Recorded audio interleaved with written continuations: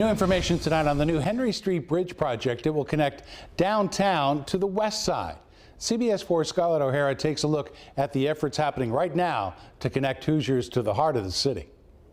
In the near future, where I'm standing will be the Henry Street right-of-way, part of a $43 million project to connect downtown Indy to west side neighborhoods.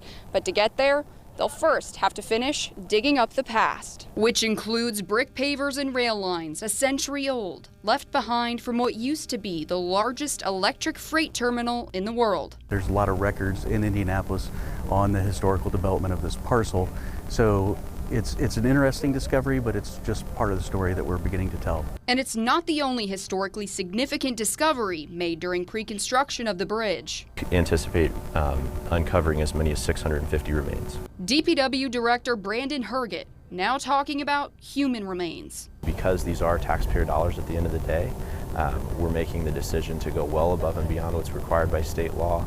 We're documenting everything appropriately and sharing everything transparently, but DNA testing is not a part of that process at this time.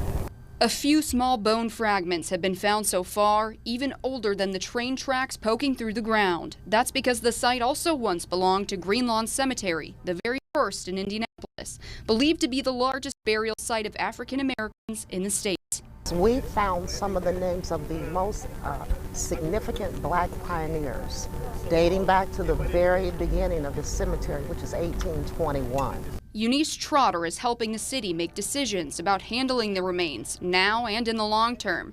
She says research right now indicates about 1,300 people may be buried there. But that's only scratching the surface because the records are so bad.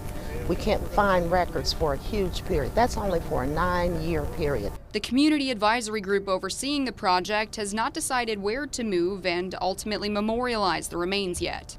Every cemetery is unique. It's a serious endeavor that we take with a lot of gravity when we're out here working. It's important that we're respectful of the individuals that were here, their ancestors, and the story that they have to tell. This spot directly borders the site where Indy 11 hopes to build a new stadium. Those private developers also found human remains, but we've not gotten an update on that project in months.